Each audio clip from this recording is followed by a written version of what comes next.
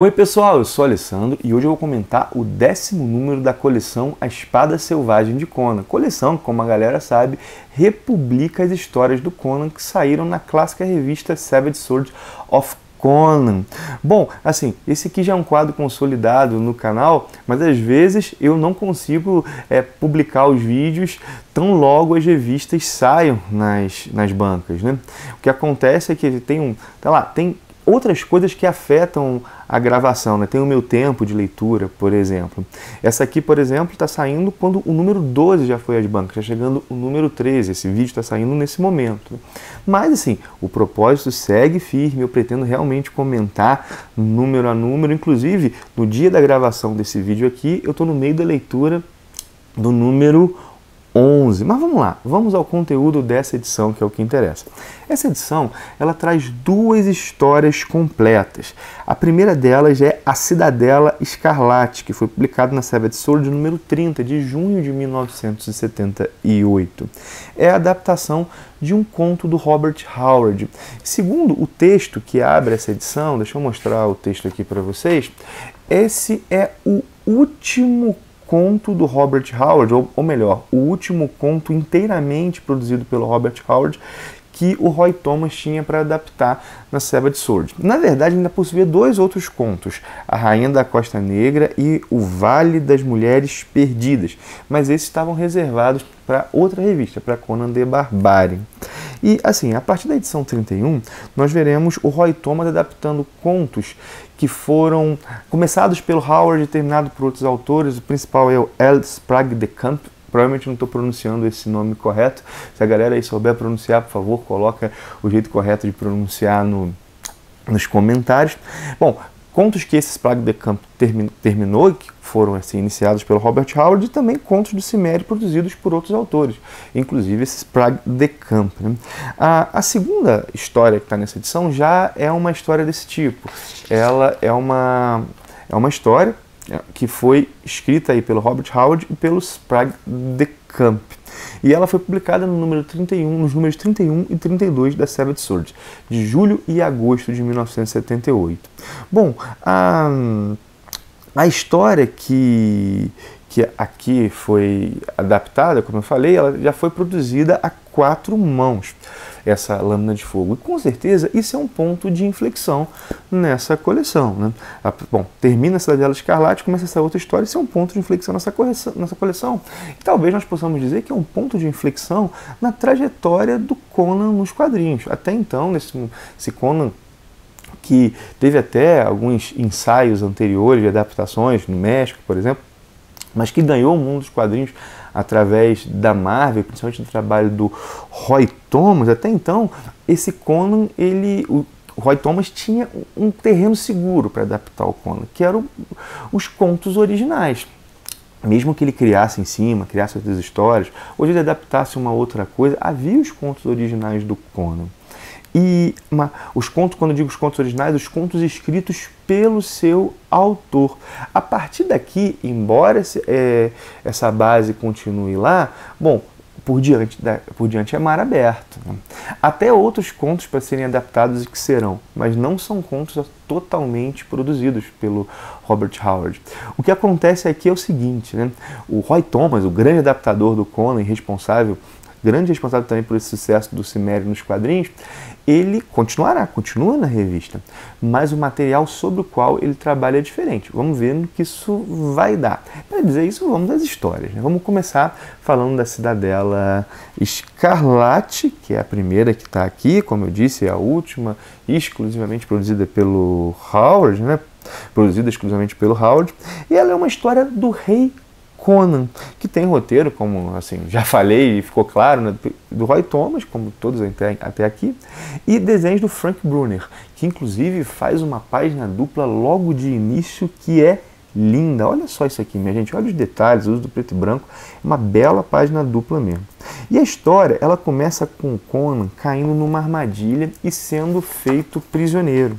E essa armadilha foi obra de dois reis que que um desses reis era até tido como aliado da Aquilônia, mas traiu o Conan, o chamou para auxiliá-lo, o seu exército para auxiliá-lo, e esse exército caiu numa armadilha, né? Eles querem colocar outra pessoa no trono da Aquilônia, alguém que possa ser um peão. Mas esses próprios dois reis são peões de quem? De um mago. Inclusive, a vitória do Conan vai depender da sua aliança com um outro feiticeiro, que não necessariamente é uma pessoa boa. E falando dos desenhos do Frank Brunner, né, gente, eles estão realmente, assim, muito bonitos, eles estão ótimos, assim. Inclusive, o bacana é que ele passa por vários elementos, assim, que são, como definidores da estética do Conan, né, masmorras, monstros, cidades abertas, batalhas campais. O cara realmente brincou aqui e fez um trabalho muito bom. Sobre o texto, sobre a tradução, há logo na página de abertura uma construção que ficou muito esquisita. Deixa eu pegar a página de abertura para mostrar para vocês. Essa página aqui, ó, essa página aqui. Eu estou falando principalmente desses dois recordatórios aqui, esses dois textos em caixa preta aqui. Eu vou começar a ler, vou começar um pouquinho antes para vocês entenderem. Olha só. Agora as trombetas ostentavam uma fanfarra de triunfo na planície, e os cascos dos cavalos vencedores pisoteiam os corpos dos vencidos. Assim, pisoteavam, eu acredito que fosse a concordância correta. Mas isso aqui passou. O problema é agora. Quando Amalros, rei de Ofir, e Estrabonos, rei de Cof, enfrentaram o abutre Tsotalante pelos flancos, espiando Tsotalante, aquele bruxo de festas negras de mente sombria que muitos acreditavam ser o verdadeiro senhor de Cof. Isso não faz sentido, porque o Amarros e os Estrabonos, eles não enfrentam o Tsotalante aqui, eles não enfrentam, né? Eles podiam talvez espiar, encarar, mas enfrentar a fase perdeu um pouco o sentido, né? Eles são até subordinados a Tsotalante. Então, assim, eu realmente voltei algumas vezes e falei, cara, será que eu não estou entendendo alguma coisa? Mas acho que a construção ficou esquisita. Como eu disse, já disse algumas vezes, eu não tenho tempo, às vezes, para olhar o texto original para conferir. Mas não ficou legal essa construção, não. De todo modo, eu devo ressaltar que, embora, assim, abrindo, assim, a gente logo acha estranho, mas eu não tive erros que quebraram a minha imersão, né? Mais adiante. Esse aqui já me travou a entrada. A gente fica, putz, eu vi um montão de erro. Mas adiante até que o texto fluiu bem. Se teve erros, é bem provável que tenha tido, foram coisas que a minha imersão fez com que eu passasse por cima. Bom, vamos lá, vamos continuar falando do segundo conto agora. O primeiro é a Cidadela Escarlate, o segundo é A Lâmina de Fogo. É esse aqui, que é baseado numa história do Robert Howard e desse Sprague de Camp. Roteiro, né? Vamos lá, vamos falar de novo o nome do cara, né? Do Roy Thomas. Os desenhos são do John Buscema, com a arte final do Tony DeZuniga. Bom, essa história ela inicia com uma tentativa de assassinato numa espécie de beco. Aí tentam matar o Conan. E a tentativa de assassinato ela foi encomendada por um rei, porque o Conan se recusou a cumprir as ordens dele, né? Se recusou a cumprir a ordem de assassinar alguém que o havia ajudado. Então, o Conan é jurado por esse rei. Bom, isso podia até ser resolvido, mas para priorar, o Conan é procurado por uma bela mulher que pertence ao harém do rei, que pede para fugir com o Conan. Bom, agora a coisa não haverá perdão, né? Essa mulher deseja fugir com o Conan, ela vai ser importante na história. Essa situação inicial, no entanto, ela, no decorrer da história, ela é colocada como que de lado na trama. A trama acaba focando num culto antigo que forma um verdadeiro exército, uma cidade escondida, que é uma verdadeira fortaleza natural. Inclusive acontece que em determinado momento o Conan fica praticamente assim, sozinho contra toda uma cidade, assim. A impressão que eu tive é que se buscou inserir um máximo de elementos assim possíveis na história, né? Vários elementos possíveis.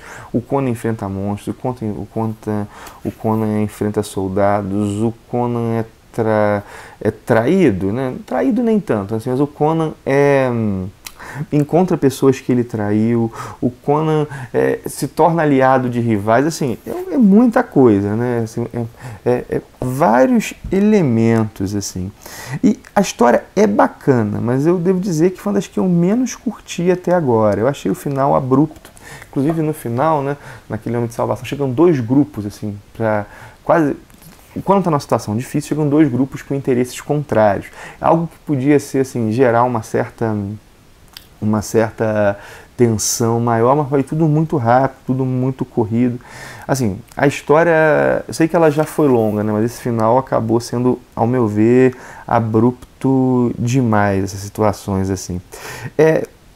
Além disso, algo que poderia, assim, ter sido um pouco melhor é a motivação do Conan para se meter na situação aqui, né? A situação de investigar essa cidade escondida. Foi uma motivação meio rala. Assim, se a gente for pensar, é algo que o Conan desejaria, mas ele arrisca tudo por algo que é apenas uma lenda, né? É apenas uma lenda, ele não tinha certeza disso. Ele arrisca muito. Então eu falei assim, cara, não pareceu aquele cimério tão estratégico assim, né? Bem, a gente pode dizer que foi uma intuição, mas acho que essa motivação podia ter sido um pouquinho mais bem cuidada. Enfim, foi bem legal a história, ela possui tons épicos, né? Mas parece que ela não foi tão bem amarrada e construída como outras até aqui, né? Ainda mais que eu tô na memória com uma história como Além do Rio Negro, o que é fantástica, que foi adaptada nos números anteriores, né? E acaba que o critério de comparação pesa aqui na leitura dessa história. Uma coisa assim legal, né, é um tom mais cronológico, a referência a histórias que foram publicadas em edições anteriores, né? O Conan reencontra um homem de quem ele tomou um bando de salteadores no passado. E assim, seguimos firme lendo e comentando, explorando aquilo que acho mais positivo, mais negativo, né? Essa história, por exemplo, achei positivo esse tom mais cronológico, achei que esses muitos elementos podiam ter sido um pouquinho melhor amarrados. Podia até explorar algumas coisas aqui, eu falo, cara, isso aqui não tinha necessidade, podia ter trabalhado melhor, né? Por exemplo, às vezes introduz um monstro na história, e sendo que talvez não fosse tão necessário aquele monstro. O final também acaba fazendo uma evocação rápida a certas lendas contadas antes. Assim, é muita coisa na história, sendo que há vários elementos interessantes que podiam ter sido trabalhados melhor. Como eu falei, assim, até essa situação do final abrupto, mas foi legal, foi legal. E eu acho, assim, uma coisa que eu tenho achado muito bacana, e cada vez mais, né, no número 10, se a gente for olhar, número 32 da Savage Sword, são alguns anos de publicação, se a gente for contar até aqui, né, alguns anos que saíram aí em pouco tempo nessa coleção, porque cada número tem vezes 4 edições, é essa chance de ler uma obra por completo, sabe? Ler uma revista que foi mensal, que com certeza vai ter seus altos e baixos, né? São 2 décadas, mas é muito legal, né? Falar assim, caraca, eu vou ler tudo do Conan da Savage Sword. Isso é muito bacana, né? Por exemplo, eu gosto muito do Homem-Aranha, muito do Homem-Aranha, meu personagem dos super-heróis favoritos, mas eu não li tudo do Homem-Aranha.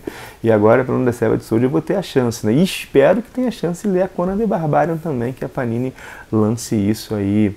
A gente sabe que a coleção histórica Marvel foi cancelada, mas quem sabe um formato aí parecido seria legal, né? Mas eu estou falando demais, o objetivo era comentar essa edição aqui e logo logo comentarei a número 11. Bom, parando então, lembro do link da Amazon que eu deixo em todos os meus vídeos, né? Caso você vai fazer uma compra nessa loja, usando esse link, você ajuda demais o canal. Como eu digo, pode ser qualquer compra, desde um sabonete, um gibi, sei lá, um celular, qualquer coisa que você entrar por aí, ajuda demais o canal. Às vezes as pessoas perguntam, cara, mas funciona? Tem que fazer alguma coisa? Não, meramente entrando pelo link, fluindo na tua compra, já faz tudo direitinho. A Amazon é bem correta aí no que ela faz. E, além disso, eu peço teu like, né, teu joinha, que você compartilhe o vídeo se você gostou dele, que você se inscreva no canal se estiver chegando por agora. Seja muito bem-vindo, tem vídeo sobre quadrinhos todos os dias por aqui e Conan é uma das prioridades. Paro então, um abração e até o próximo vídeo.